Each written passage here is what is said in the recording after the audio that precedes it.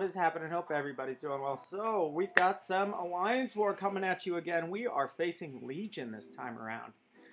Man, we've had some doozies, man. ISO, MMX, Legion. Looks like we got another tough matchup coming our way. These last three of this week are very important. So we're just gonna, we're gonna do our absolute best to try to come away with as many victories as we possibly can. And then let the cards fall as they may. So, we're going in here. We picked up that, those big boy boosts for 750 units, which was a smashing deal. So we're gonna just plop those big boys on there, and we're gonna go in. We've got a little bloodletting mutant, so we're gonna go in with our beastie little Starkey, who should make whoever's on this node pretty smooth. So it is Deadpool X Force, so you just got to be careful of his little 30% power gain. So I'm gonna actually build up to full poise so I can basically just put this fight down as quickly as possible.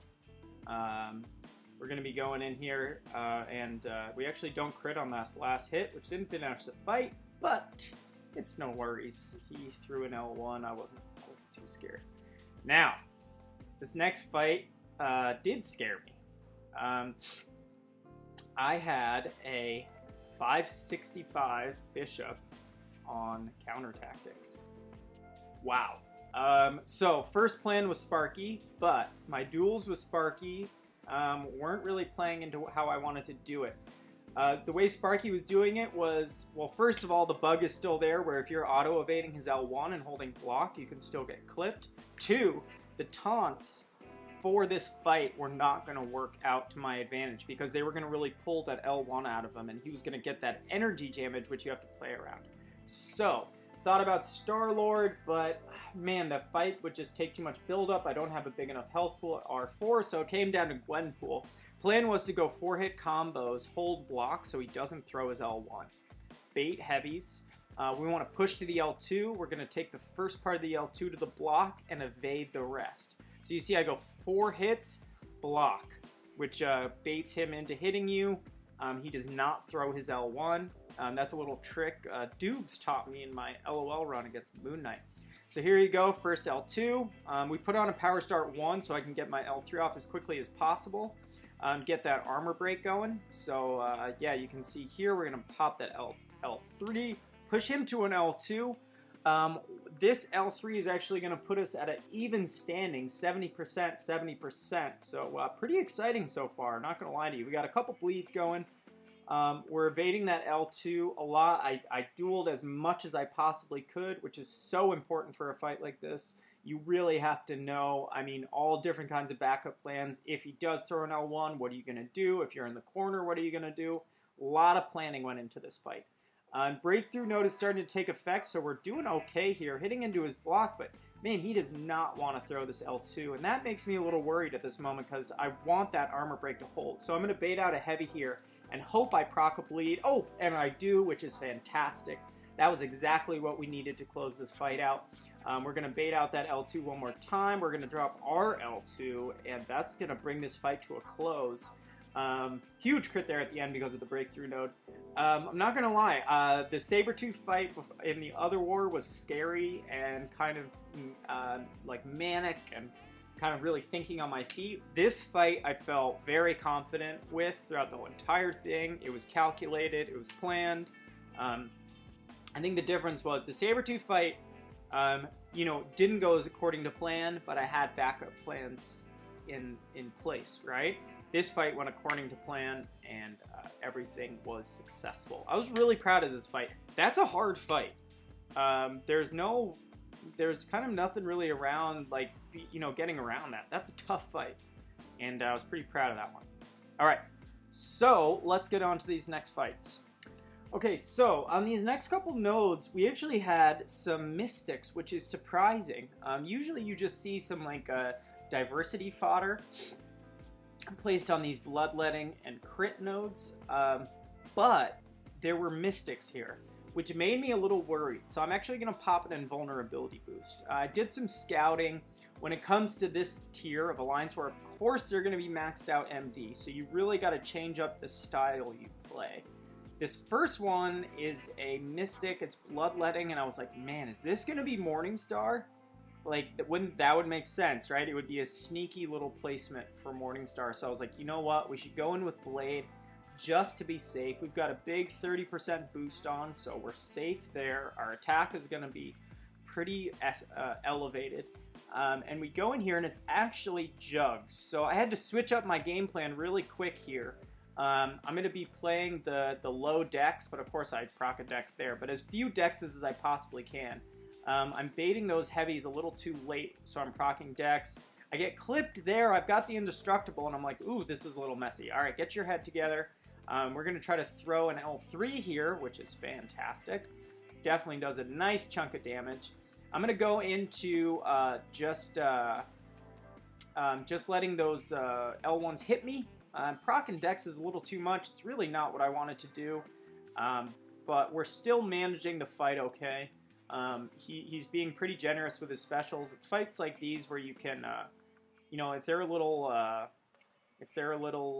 you know, they're not throwing their specials like you would, you can get into trouble. That's why I threw that invulnerability boost, but we're going to toss this L1, and yeah, down he goes. So it's like notes like those where they have a little surprise Mystic with full MD that you can kind of go in careless and take a loss on, like, you know, you face a bishop node where you put a lot of prep into it and you succeed, and then you get caught on a stupid node like this and you give a death, which is like, man, that feels so bad. So now this one, I just had this weird feeling that it was Mordo. I can't tell you why. I really can't tell you why. I was going to go in with Blade, and I was like, you know what? Let's go in with Sparky. I feel like this is a smart play. I don't know why. And it is Mordo. And I was like, wow, man, that, you know, when you get those little instincts in Alliance War, you just know who it is. You can't explain why, you just know it. So I'm not proccing any dexes with the evades. I do there, but he's nice enough to throw his L1. So he's got the power gain, he's playing really defensive, and I'm like, you know what, let's just let him get to that L2 and see if we can't get him to throw that L2. I was like, nah, forget that. Let's bait out a heavy, and let's just finish this fight with a dirty L2. Boom. So tasty. Little rank ups with the 565 Sparky really shining through here. Okay, so next we've got a mutant. Now, I saw an Archangel on the profile, but it's always Iceman here, so I was like, oh man, really? Is this really going to be Archangel? I just wasn't prepared for this to be Archangel. I was like, it's definitely Iceman. I dueled Iceman. Now, I just was sure it was Iceman, and it turns out to be Archangel, 565 Archangel, and I was like, okay, this is fine.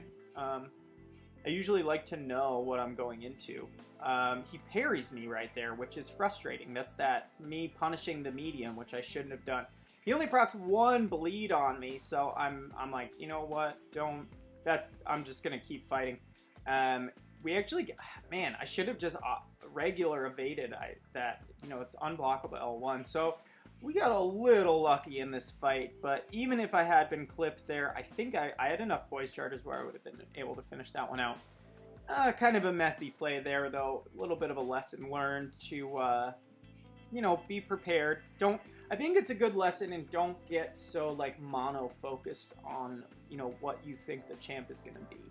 I think because I had the instinct right for the other guy, for Mordo, that was right on. So, yeah. Made a huge mistake here. I didn't pot up Gwenpool before I boosted. Now, this takes, like, 5 pots to get her up. It would have taken, you know, 1 less, definitely, if I had potted her up before I boosted. So, rookie mistake there. So we're just waiting a few seconds here to get this last bit of energy. We've got a Sparky here. It looks like it's just a rank 4 Sparky.